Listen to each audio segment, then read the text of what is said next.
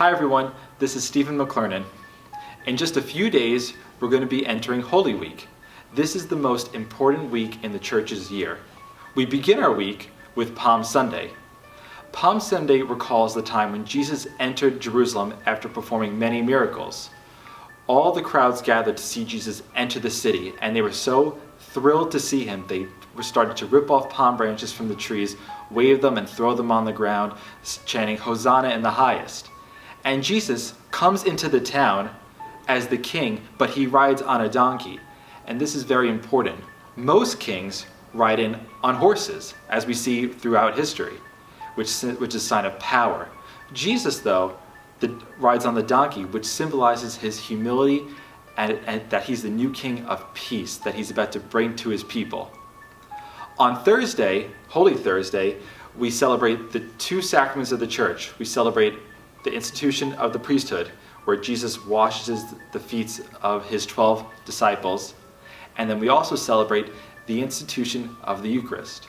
The Holy Thursday Mass, we have all these different symbols here. We usually invite up 12 people to get their feet washed, which reminds us that Jesus came to serve and not to be served. And we also expose the Blessed Sacrament, which is his body and blood that he gives to us. And people are able to adore it and worship it throughout the entire night.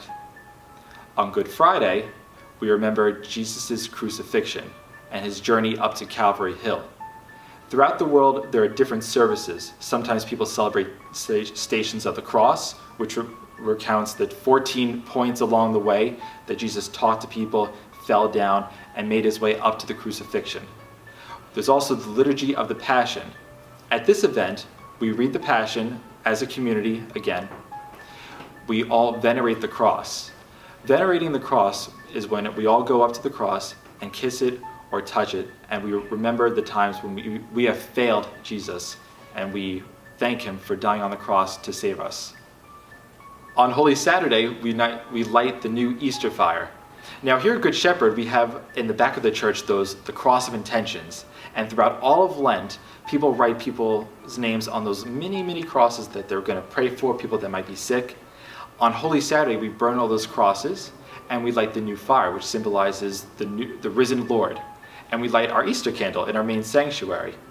Now, we call it the Easter candle because it's not just lit on Easter Sunday, it's lit the entire season of Easter, which is 50 days long.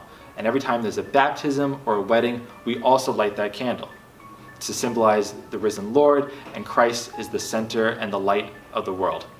And then we conclude on Easter Sunday, where the church is full of people and we remember the story of the risen Lord. I pray that all of you experience the power of the risen Christ in your lives, and that you have a very blessed Easter and Easter season.